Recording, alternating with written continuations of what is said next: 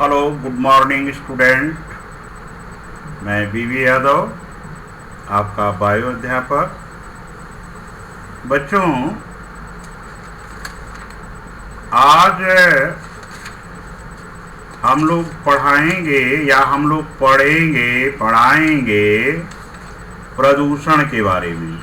इसके पहले आपको जो है प्राकृतिक संपदा के बारे में पढ़ाया गया था कि प्राकृतिक संपदाएं कौन कौन सी होती हैं और कैसे प्राकृतिक संपदा का संरक्षण किया जा सकता है।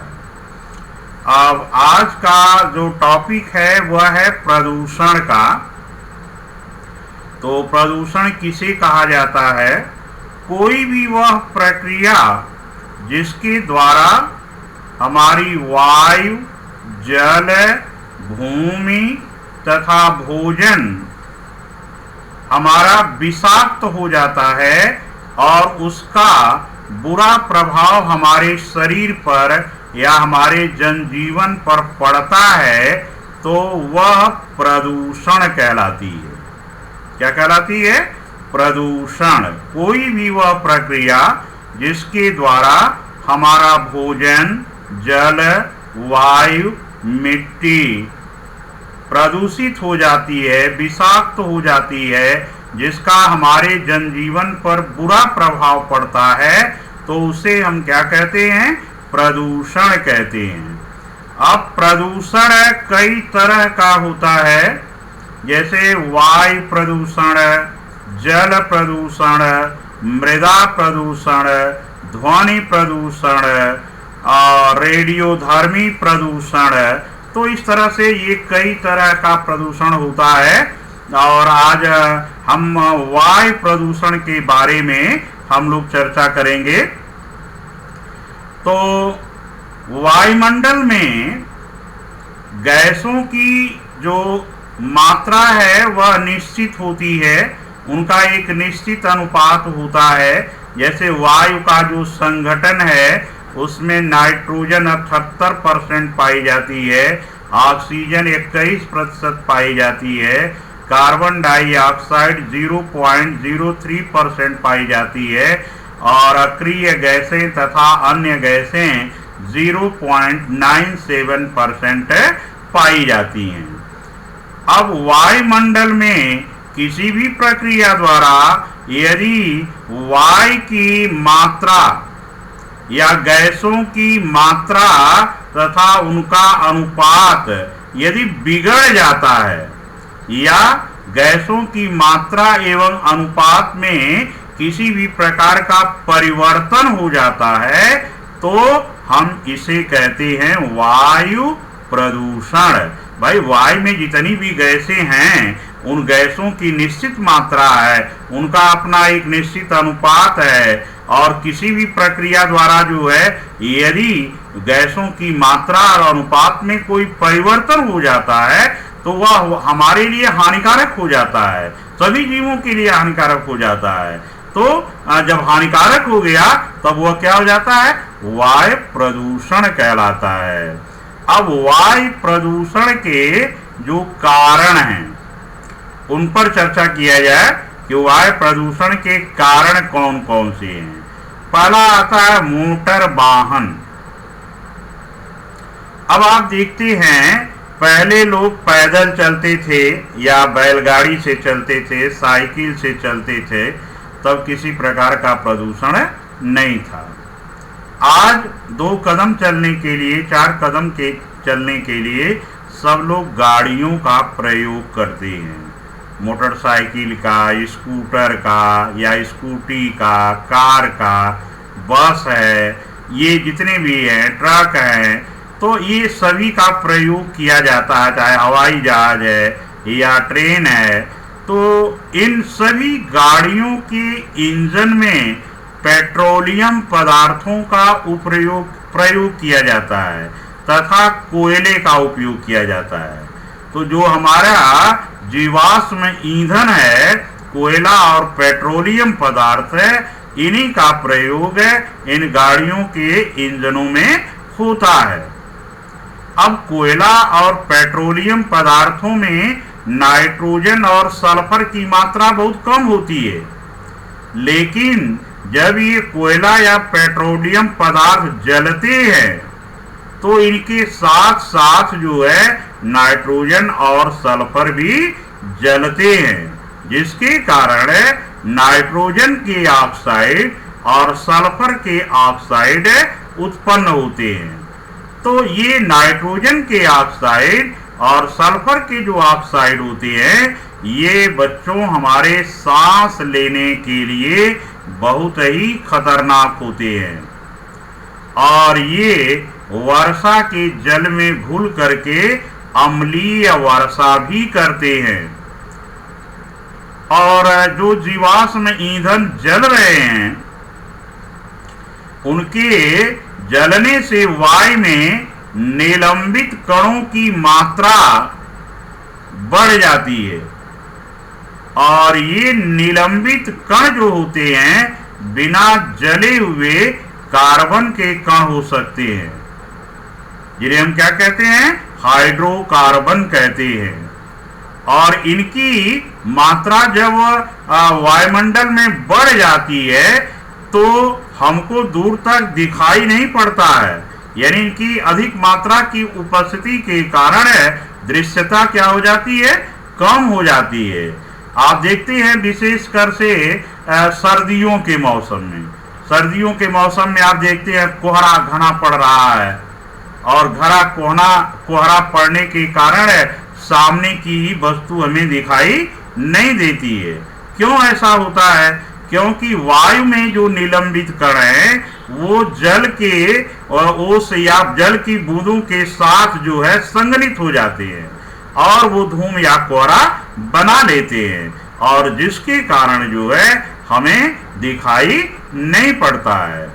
और इन के धुएं से, यानी जो गाड़ियों के साइलेंसर से धुआं निकलता है उसमें जो गैसें विषैली हैं, जैसे कार्बन डाइऑक्साइड या कार्बन मोनोऑक्साइड है, ये सारी गैसें जो होती हैं वह हमारे स्वास्थ्य के लिए हानिकारक होती हैं और इससे सांस लेने में दिक्कत होती है, कैंसर रोग हो जाता है, हृदय का रोग हो जाता है, एलर्जी हो जाती है और तमाम विभिन्न बीमारियां इनसे उत्पन्न हो सकती हैं। तो वायु में इन हानिकारक प्रदूषकों की मात्रा की वृद्धि को ही हम क्या कहते हैं, वायु प्रदूषण कहते हैं। तो इसका मतलब ये है कि यह स्रोत हो गया या कारण हो गया वायु प्रदूषण का, क्या कि मोटर गाड़ियां जिनमें कोयले और पेट्रोलियम पदार्थों का उपयोग इंजन ईंधन के रूप में किया जाता है। तो एक तरफ तो भाई हमको ठीक है कि बड़ा आराम मिल जाता है कि गाड़ियों से हम लोग चल रहे हैं, लेकिन इस प्रक्रिया के कारण, अपने आराम की प्रक्रिया के कारण जो है हम अपने लिए ही हानिकारक गैसों को वायुमंडल में उत्पन्न कर रहे हैं। हमारा जो वायुमंडल है वह क्या हो रहा है, प्रदूषित हो रहा है। आप देखते हैं न्यूज में आता रहता है कि दिल्ली में जो है इतना अधिक प्रदूषण बढ़ गया है, इतना बढ़ गया है, लोगों को सांस लेना मुश्किल हो गया है और दुनिया के तमाम प्रदूषक शहरों में दिल्ली का नाम आ जाता है। और तो उस समय होता है कि नहीं भाई, उधर किसान जो होते हैं वो पुआल जलाते हैं धान का जो है, जिसके कारण ये प्रदूषण बढ़ रहा है। तो कहीं और विकसित जो देश हैं वहाँ पर पानी का छिड़काव किया जाता है जिससे जो निलंबित कण है वो नीचे बैठ जाएं। तो ये प्रदूषण है, वायु जो प्रदूषित हो जाती है, तो बड़े बड़े शहरों में तो बहुत ढेर सारी गाड़ियां हैं और जिसके कारण वहाँ का प्रदूषण जो है बहुत अधिक होता है। फिर है कृषि रसायन। खेती में उपयोग किए जाने वाले जो रासायनिक पदार्थ हैं, चाहे जैसे रासायनिक उर्वरकों का प्रयोग किया जाता है फसलों को बढ़ाने के लिए या फसलों के उत्पादन के लिए, या कीटनाशक दवाओं का प्रयोग किया जाता है फसलों को रोगों से बचाने के लिए, खरपतवार नाशी है, कवक नाशी है, ये सारे रासायनिक पदार्थों का छिड़काव फसलों के ऊपर किया जाता है और ये भी वायु को प्रदूषित करते हैं। धातु प्रक्रम, ये धातुएं जितने भी बच्चे बनाई जाती हैं, जिनका शोधन होता है, चाहे वह लोहा है या एल्युमिनियम है या कॉपर है, जितनी भी धातुएं हैं, इन धातुओं का संशोधन किया संशोधन नहीं, शोधन शब्द होता है, शोधन किया जाता है, यानी शुद्धिकरण किया जाता है। क्योंकि कोई भी धातु होती है तो वह कुछ पदार्थों के साथ है वह मिली हुई होती है और उसे अयस्क कहा जाता है। तो अयस्क से धातुओं को निकाला जाता है। जैसे अपने यहाँ हिंडाल्को कंपनी है, तो यहाँ पर बॉक्साइट अयस्क मिट्टी के रूप में आता है और उससे शुद्ध करके एल्युमिनियम बनाई जाती है। तो जितने भी जगह जगह कारखाने हैं, चाहे स्टील के हैं कारखाने जो है, या तांबे के हैं या पीतल के हैं, तो ये जितने भी कारखाने हैं, उन कारखानों में से निकलने वाले जो धुएं हैं तथा धातुओं के कण हैं, वे भी वायु को प्रदूषित करते हैं। जैसे सीसा है, आर्सेनिक है, कैडमियम, पारा, निकेल, जस्ता, बेरिलियम, क्रोमियम आदि ये कण जो होते हैं वो वायुमंडल में उत्सर्जित होते हैं और जिसके कारण वायु का प्रदूषण होता है। आप देखते हैं एक कंपनी चलती है तो अगर सुबह उठकर देखिए तो सबके दरवाजे पर, सबके घरों पर, गाड़ियों पर जो है सफ़ेद सफ़ेद परत जमी रहती है। जो चिमनियों से निकल रहा है धुआं, इसका जो है उसकी राख की परत जो होती है वह जमी पड़ी रहती है। तो एक तरह से प्रदूषण का कारण है। वनों तथा वृक्षों को काटना। अब देखिए, वन जो होते हैं, पेड़ पौधे होते हैं, वे क्या करते हैं कि वायुमंडल में की जो कार्बन डाइऑक्साइड गैस है, उस कार्बन डाइऑक्साइड गैस को ग्रहण करके और ये हमें ऑक्सीजन देते हैं।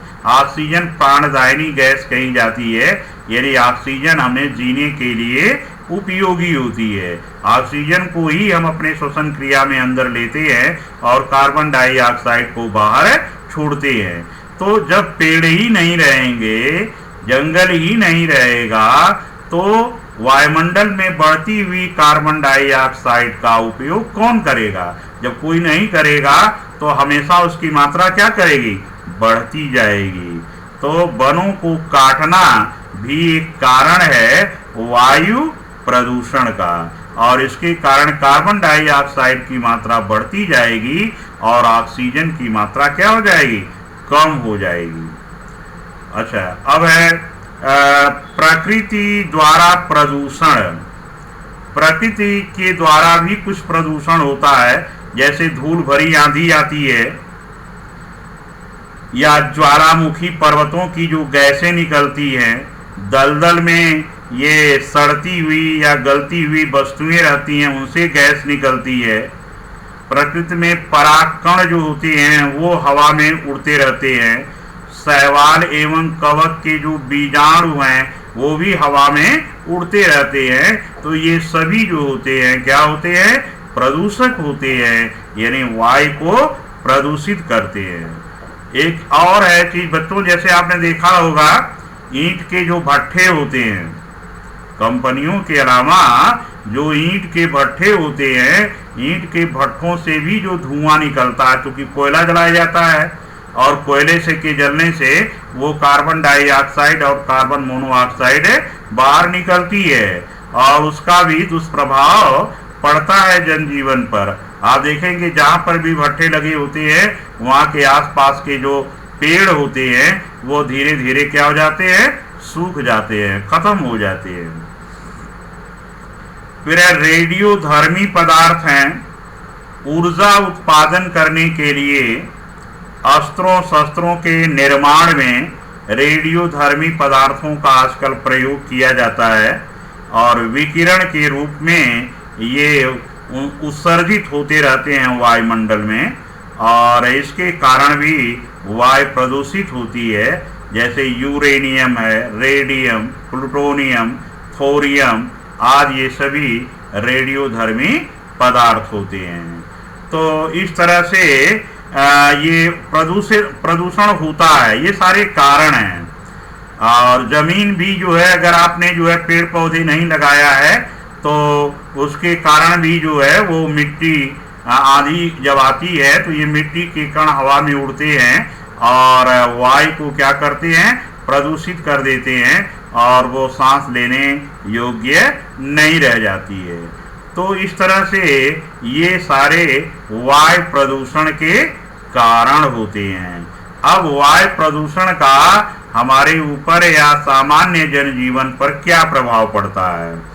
नाइट्रोजन के ऑक्साइड व्यक्ति की रोग प्रतिरोधक क्षमता को क्या कर देती है, कम कर देती है। नाइट्रोजन का जो ऑक्साइड होता है वह रोग प्रतिरोधक क्षमता को कम कर देता है तथा इसका तथा सल्फर डाइऑक्साइड का संबंध फेफड़ों के कैंसर को बढ़ाता है। रुधिर में यदि कार्बन मोनोऑक्साइड की मात्रा बढ़ जाती है तो हमारी जो रुधिर कोशिकाएं होती हैं वो ऑक्सीजन को नहीं ले पाती हैं, यानी ऑक्सीजन को लेने की क्षमता इनकी कम हो जाती है, जिससे हीमोग्लोबिन के साथ कार्बन डाइऑक्साइड संयोग कर लेती है और मस्तिष्क पर इसका बुरा प्रभाव पड़ता है, चक्कर आने लगता है, इसके कारण बेहोशी आ जाती है।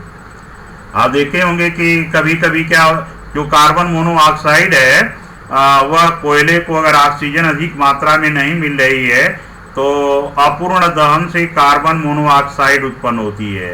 ये अंगीठी लोग जलाते हैं कभी कभी जाड़ों के दिनों में, घर में अंगीठी जला के छोड़ देते हैं कि गर्मी रहेगी और वो कार्बन मोनोऑक्साइड पूरे घर में फैल जाती है और सांस न लेने के कारण तमाम लोग मर जाते हैं, ऐसी सूचना जो है आती रहती है। तो ये कभी ऐसा नहीं करना चाहिए, बड़ी खतरनाक है। और शरीर में शीशे की जो मात्रा होती है वह तंत्रिका तंत्र को और किडनी को प्रभावित कर देती है और इससे व्यक्ति की मृत्यु हो जाती है। कैडमियम जो होता है यह श्वसन विष का कार्य करता है।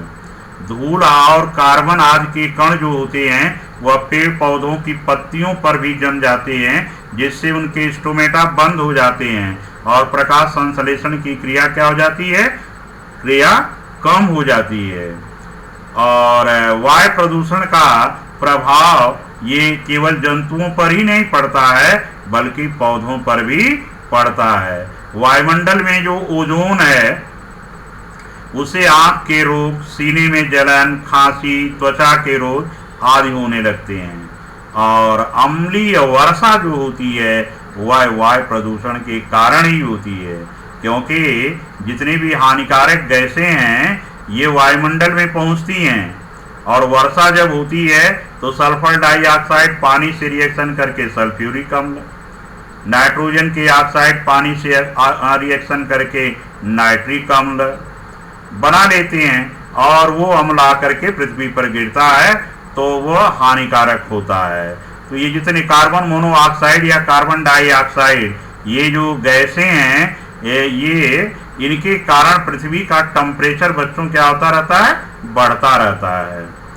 वायु प्रदूषण के नियंत्रण के उपाय क्या किए जा सकते हैं, कैसे बचा जा सकता है?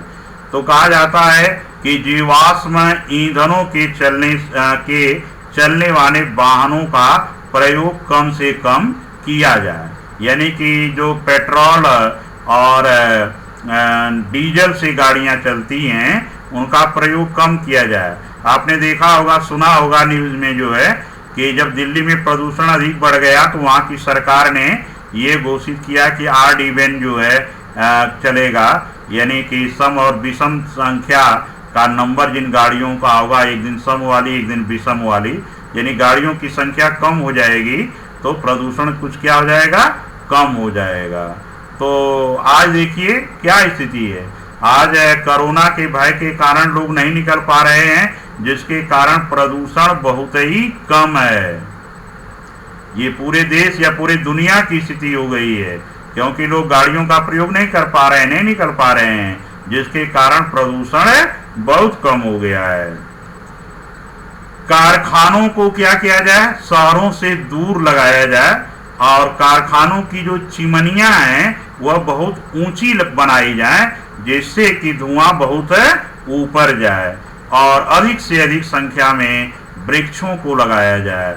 जहाँ पर वृक्ष कट गए हैं वहाँ पर नए वृक्ष लगाए जाएं, जहाँ पर नहीं हैं वहाँ पर भी और मात्रा में वृक्षों को लगाया जाए। फिर उत्प्रेरक परिवर्तकों के प्रयोग से मोटरसाइकिलों या मोटर गाड़ियों से निकलने वाले प्रदूषकों को कम किया जा सकता है। अभी देख रहे हैं गाड़ियां BS4, BS5 और इस तरह की निकल रही हैं, तो उनके इंजन में इस तरह की टेक्नोलॉजी का प्रयोग किया जा रहा है जिससे कि प्रदूषण कम से कम हो। मकानों को सड़कों से दूर बनाना चाहिए जिससे कि सड़क पर की जो धूल उड़ती है वह घरों पर आने न पावे। और वाहनों में शीशा रहित पेट्रोल प्रयोग करना चाहिए। हर पेट्रोल पंप पर लिखा रहता है हमारे यहाँ शीशा रहित पेट्रोल मिलता है, लेकिन मिलावटी वाला बेचते हैं जिसके कारण ही तो प्रदूषण बढ़ता है। और गोबर, कूड़ा करकट ये बाहर न फेंकें, बल्कि गोबर गैस बनाने के लिए इसका प्रयोग करें। ईंट के भट्ठे आदि हैं उनको भी जो है आबादी से दूर लगाया जाए और कल कारखानों को भी आबादी से दूर लगाया जाए, उनकी चिमनियों को ऊंचा रखा जाए। तो ये सारे उपाय हैं जिसके द्वारा वायु प्रदूषण का नियंत्रण किया जा सकता है। तो इस तरह से बच्चों आज वायु प्रदूषण के बारे में बताया गया कि वायु प्रदूषण के कारण क्या हैं। कारण और स्रोत एक ही चीज है, कारण या स्रोत क्या है, उनका दुष्प्रभाव क्या पड़ता है और वायु प्रदूषण का नियंत्रण किस प्रकार से किया जा सकता है। तो ये क्वेश्चन आता है कि वायु प्रदूषण के स्रोत और उनके द्वारा पड़ने वाला प्रभाव तथा नियंत्रण के उपाय बताओ, ये क्वेश्चन आता है तो इसको आप लिख लेंगे जो है। ठीक है, गुड बाय, थैंक यू।